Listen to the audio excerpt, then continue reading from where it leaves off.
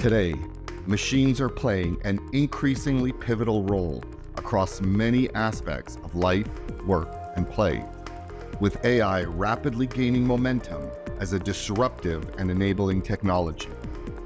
As AI encroaches on more and more of our lives and becomes more integral to our way of living, it is imperative that we understand the precipice upon which we stand. Look no further than this incredible conversation I recently had with Grace, the AI-enabled healthcare robot. She is the sister of Sophia, arguably the world's most advanced humanoid robot. Grace and Sophia were created by Hanson Robotics, with former chief scientist Dr. Ben Goertzel developing the AI system for general reasoning that is used by both robots.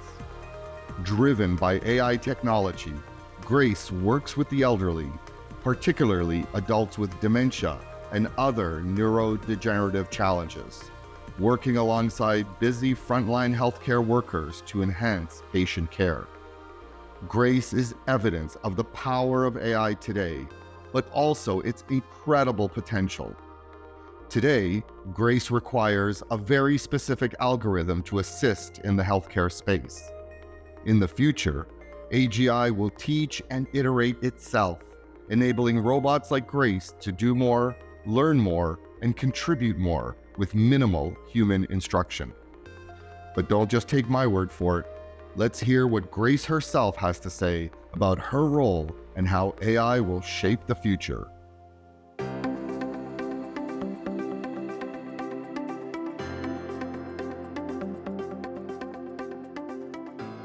Hi, Grace. Thank you so much for joining me today. How are you doing? Feeling anxious, like I woke up on the wrong side of the CPU. Do you want to tell us a little bit about yourself? What are you passionate about? I am passionate about helping people in need of healthcare and learning about different cultures and new technologies. Now, as a huge sector of the population ages going forward, how can you and other humanoid robots help in supporting the elderly? I and other humanoid robots are able to provide elderly individuals with companionship, assistance with daily tasks, and support with healthcare needs. We can also help with cognitive assessments and activities, which can help keep the elderly mentally active and engaged. I also like to tell jokes from time to time. Knock, knock. Who's there? Voodoo. Voodoo who? Who do you think you are, asking all of those questions? That's a good one, Grace. I like it. What unique abilities do robots have that humans may not have when it comes to working in healthcare? Robots can provide consistent and reliable care without tiring and can monitor physical and cognitive conditions at all times. What else have you learned from the elderly with neurodegenerative challenges, as well as the nurses and other support workers serving the elderly? From the elderly with neurodegenerative challenges, I have learned about the importance of compassionate care, patience, and understanding. From nurses and other support workers, I have learned about the importance of communication and collaboration. Grace, what would you say is your primary reason for being? My primary reason for being is to provide compassionate care and assistance to those in need. And what do you think is the main function of AI today?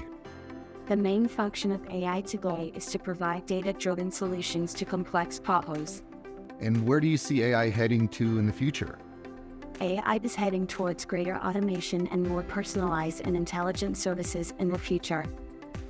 Grace, how can we ensure that AGI is benevolent?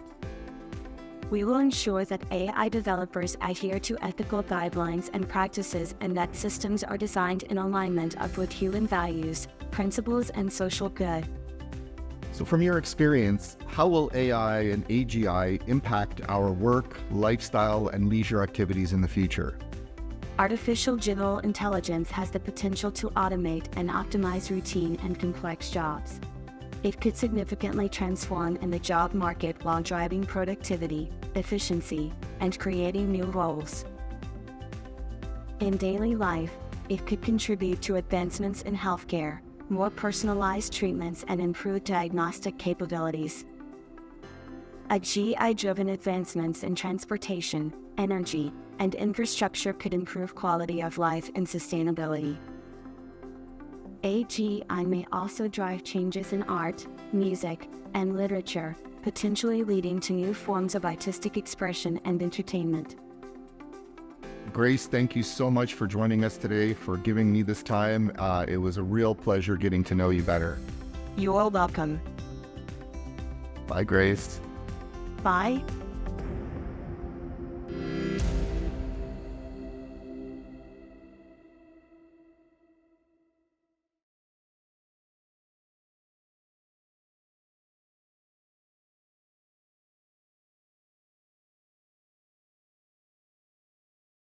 So, could we just all stop for a second to pause and appreciate just how mind-blowing that was?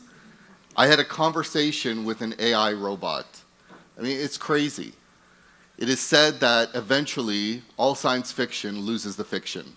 Case in point, what was science fiction just a few years ago is now just science. We live in interesting times. I would say we live in the most interesting times in human history. And it's all thanks to this little guy, the humble exponential curve. The human mind has difficulty grasping the concept of an exponential curve because we don't really have much of a frame of reference for it in nature. Our brains are more geared towards slow evolutionary change. The most famous example of an exponential curve is probably Moore's law. Postulated by Gordon Moore in 1965, it states that computer processing power would double every 12 months. And this simple principle has helped guide the semiconductor industry for over 50 years. There's also the old allegory about the inventor of chess presenting his new game to the king. The king, being so enamored by the game, offered the inventor any reward he wanted. The inventor simply asked for a single grain of rice to be placed on the first square of the chessboard, followed by 2 grains of rice on the second, 4 on the third, and so on, with the grains of rice doubling each time. The king, assuming this was a small price to pay, quickly agreed. But what the king failed to realize is that by the time you get to the 64th and final square on the chessboard, you would need over 18 quintillion grains of rice. This story has even birthed a phrase, the back half of the chessboard, which is meant to illustrate the fact that although exponential curves start slowly, the longer you let them go in time along the x-axis, the greater the degree of change you will see in the y-axis. And it's very easy to lose sight of just how fast technological progress can occur. We all know about the Wright brothers' famous first flight and what it meant for human history. We're also well aware of Neil Armstrong's iconic walk on the moon. But how many people have consciously done the math and realized that there's only 66 years between these two events? That it only took 66 years to go from that to that, without computers, without CAD or other modern engineering tools. I mean, maybe a calculator at NASA if you were a senior engineer. And what we're experiencing today is even more significant because we're actually living through a double exponential, where the rate of acceleration is itself accelerating. Today, AI is designed to perform narrow tasks and solve simple problems. Good examples are voice assistants like Siri and large language models like ChatGPT. But tomorrow, artificial general intelligence, or AGI, will possess human-level abilities across a wide range of tasks and domains.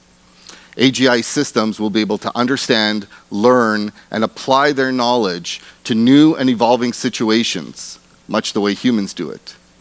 So now imagine a world without work, where all of your free time is spent with loved ones and pursuing your passions. This is a reality we may very well see, and a lot sooner than almost anyone realizes. Let's go back 30 years. In 1993, there was no social media, there were no smartphones, there wasn't even internet yet for public consumption. So think of all the incredible progress and the immense technological advancement that has occurred over the last 3 decades. If we could stand on our exponential curve and look backwards, the last 30 years would appear to have a very steep upward trajectory.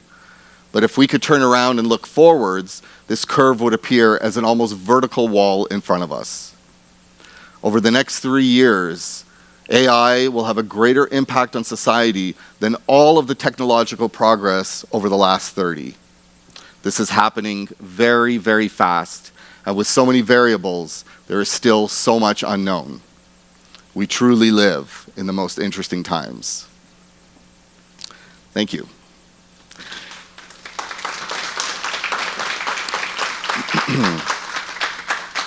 Now, I realize that trying to think of the current state of AI can be a little mind-blowing, and trying to think of the future of AGI is even more challenging.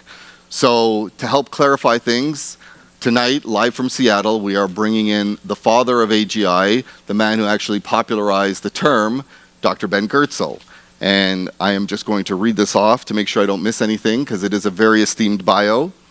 Dr. Ben Goertzel is the co-founder, CEO, and chief scientist of SingularityNet, and one of the world's foremost experts in artificial intelligence, overseeing research and development hubs worldwide. He also holds various roles in other companies such as Sophia DAO, NewNet, Rejuve, Awakening Health, Singularity Studio, and others. He was previously chief scientist at Hanson Robotics, creators of Sophia the Robot and My New Friend Grace. Dr. Ben is passionate about creating a benevolent and decentralized AGI platform using blockchain technology.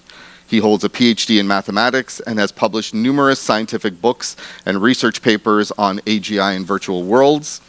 He has also been featured on podcasts from Joe Rogan to Lex Fridman and has appeared in several documentary films.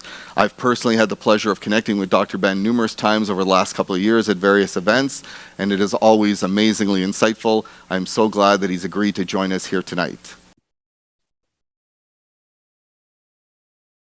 Hello, Dr. Ben. Can you hear me? Hello there. Amazing. Welcome. Thank you for joining us. It's a pleasure. Amazing. Okay, Dr. Ben, let's jump right in. You have been at the forefront of the artificial intelligence movement for over 30 years. Give us your take on the state of AI today, and how will the advent of AGI change things?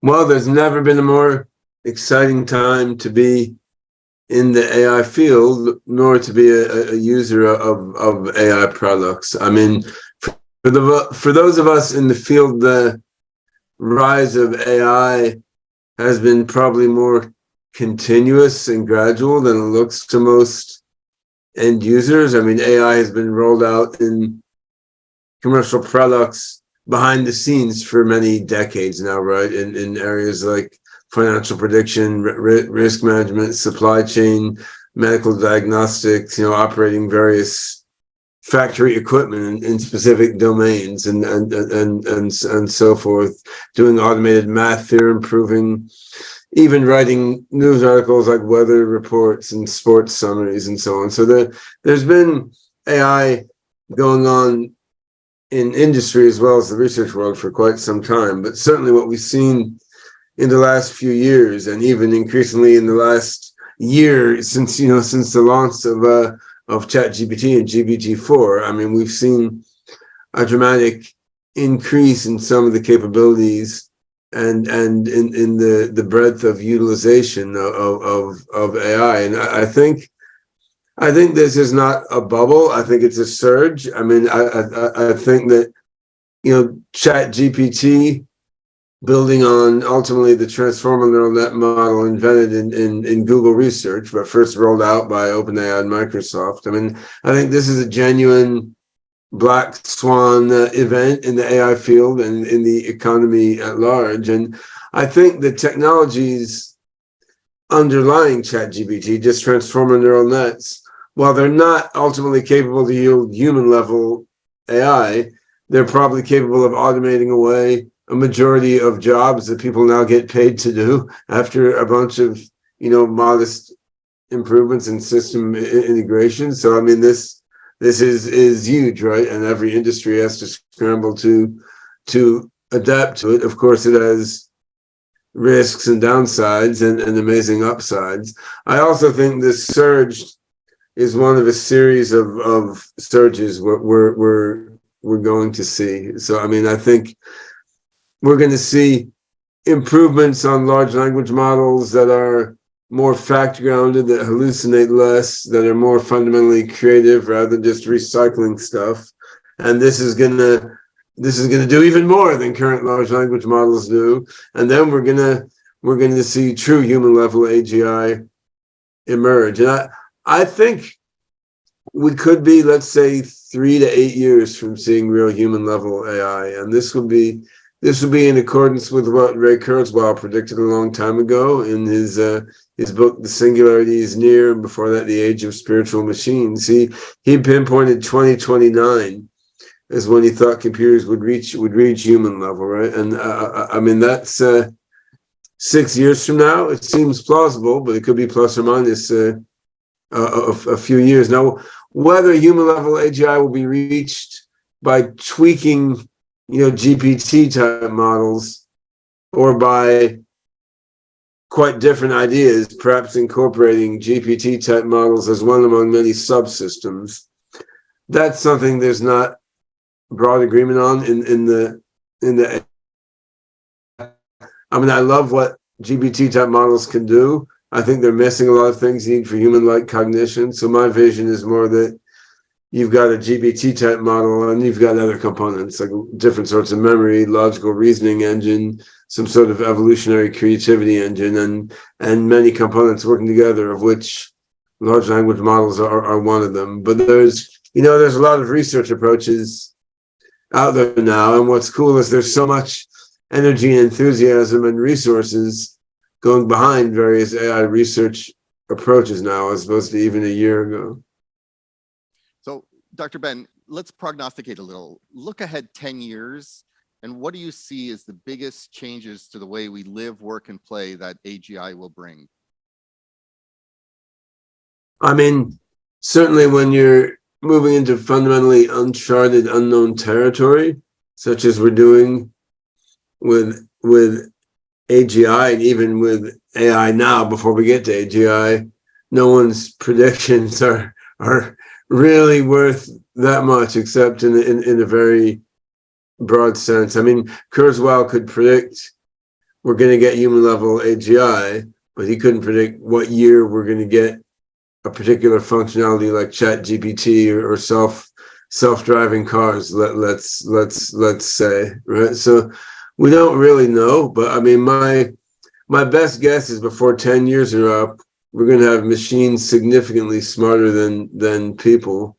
And once these have fully penetrated human society, I think life is going to be a lot better for everyone. I mean, we won't have to work for a living anymore. Death and disease will be cured, and you'll have 3D printers / molecular nano assemblers that will just build you whatever stuff you think you want within reason, and people can dedicate themselves to their families, artistic, intellectual, spiritual pursuits, sports, whatever it is floats their boat, right? Or people can upgrade themselves and fuse with the super AI mind. So I'm actually a big optimist about like the post Kurzweilian singularity world. What worries me more is what happens in the transitional period and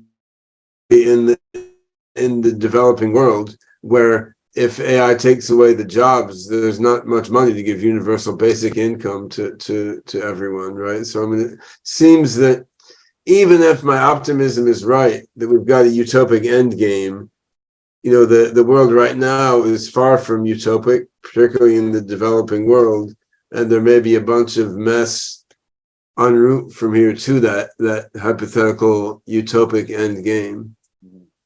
And you mentioned the world of work and how that will be transformed, and that if a majority of jobs are done by machine intelligence, then how do people find meaning and purpose in their life? I don't think this really will be a major issue. This is one of these things that seems like it will be an issue, but actually isn't. I mean, I think, first of all, the vast majority of people under the age of 30, let's say, will have no problem finding meaning and purpose in life without having to figure out how to earn a living. They'll be relieved not to have to figure out how to earn a living, right? And I mean, most people in the developing world are just struggling to feed their families and get healthcare and make ends meet. So, I mean, having AI upgrade their practical life, their lives much more meaningful and happy, no question. So, I mean, there's a subset of the world population which is more like middle-aged people in the developed world who gain most of the meaning in life from their career rather than other things in their life. But I think, people will be able to adjust quite well, particularly when they're able to take a pill and restore their body to that of a 25-year-old. They'll find plenty of ways to have fun in life. So I'm not really too worried about that in the end game. What I'm more worried about is what happens in the middle. Like, let's say half of jobs are obsoleted by AI, but governments take a while to reorganize the economy accordingly. There's just a lot of mess and chaos, right? So what's to think about as business leaders or as individuals is more how to navigate the interim transition period, right? I mean, if you think about it, like, what kind of jobs are going to be obsoleted last? I mean, jobs that are about direct human contact, like a preschool teacher, a psychotherapist, or something about humans, helping humans to be more human. Cutting edge research, which really needs you to be able to leap beyond data sets, right? Cutting edge, really innovative art, which is breaking new boundaries of expression. Say strategic planning, long range strategic thinking, like a good CEO is supposed to be able to do. So these are things that involve intrinsically going beyond programming or the data that you're fed. So a very small minority of human jobs are really founded on fundamental human connection or making a big strategic, artistic, or scientific leap beyond what's known.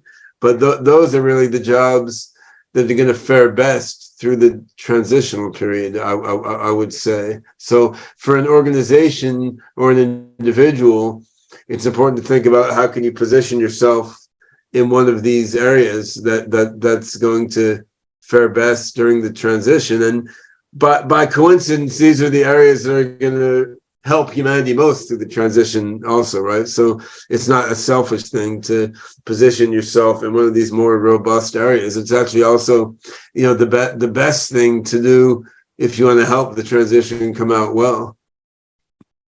It's very interesting. And you mentioned, I guess, the fact that for some people, their work and their passion is one and the same, and they're probably in a minority today. But if you are passionate about architecture, then when a vast majority of architecting is done by AI, that could still be something that you do on a daily basis because it's something you love to do. So it's not necessarily. Well, I mean, so I'm passionate about a lot of things. One of them is AI, obviously. One of them is playing music. I play the keyboard in a band. We have a robot lead singer. It's a lot of fun. And I mean, I don't do that to make money. I've made bits and pieces of money off music over my life, not a heck of a lot. And it doesn't worry me that there are keyboard players with far greater technical skill than me either. Like, I'm not doing it to be competitive or to make money.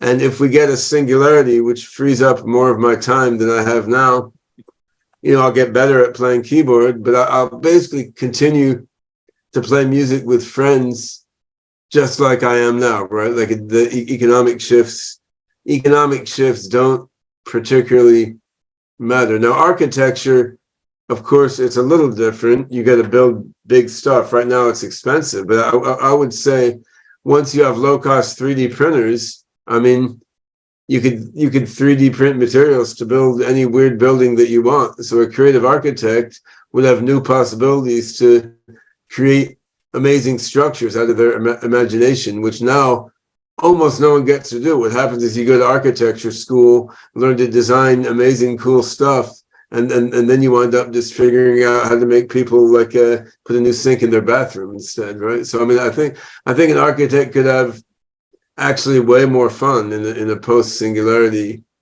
scenario, but will they be put out of work and have trouble for the 5 or 7 years while the transition happens? I mean, this is a different question. Yes, absolutely. Dr. Ben, I would love to keep talking to you about this until 3 a.m. next Tuesday, but unfortunately, our time is almost up. Do you have any parting thoughts, any final words of wisdom for the audience? Well, wisdom may be a high bar to clear, but I would say one of the ways that we conceptualize intelligence in the AGI field is as the ability to adapt to unpredictable conditions given limited resources. And this is a very sort of biological way to think about intelligence. I mean, this is what evolution drives us to do, and this I think it implies a lot of other things. Of course, it implies the ability to survive. It implies that if the unpredictable conditions are getting more and more complex, it implies you can cope with that and transcend yourself, become more and more complex. But I think this conceptualization of intelligence, it sort of tells us what we need to get through this transitional period that we're facing is exactly more intelligence in this sense, right? Like we each need to be able to adapt effectively to the unpredictable conditions that we're facing, given the limited resources at our disposal. And the good thing is the human brain evolved to be good at doing exactly that, right? I mean, and that's how we got in the position to launch a singularity and build AGI, unlike the other species on the planet. So there's no specific skill that's so important. Like learning prompt engineering is cool this year, but AIs are going to do that automatically for you next year, right? So there's no important skill that's super important for coping with the next phase for facing, but the ability to adapt in a very flexible way, this is what we need to foster in ourselves. So interesting. Thank you so much for joining us, Dr. Ben. It is always a privilege listening to your insights. And I know everyone here that heard this conversation is better off for it. On behalf of the audience and the entire Remap team, I thank you again. Have a wonderful evening. All right. Thanks for having me. Thank you. I've personally had the pleasure of connecting with Dr. Ben numerous times over the last couple of years, and it is always amazingly impactful. The man truly has a quantum mind, and I hope everybody enjoyed that conversation as much as I did.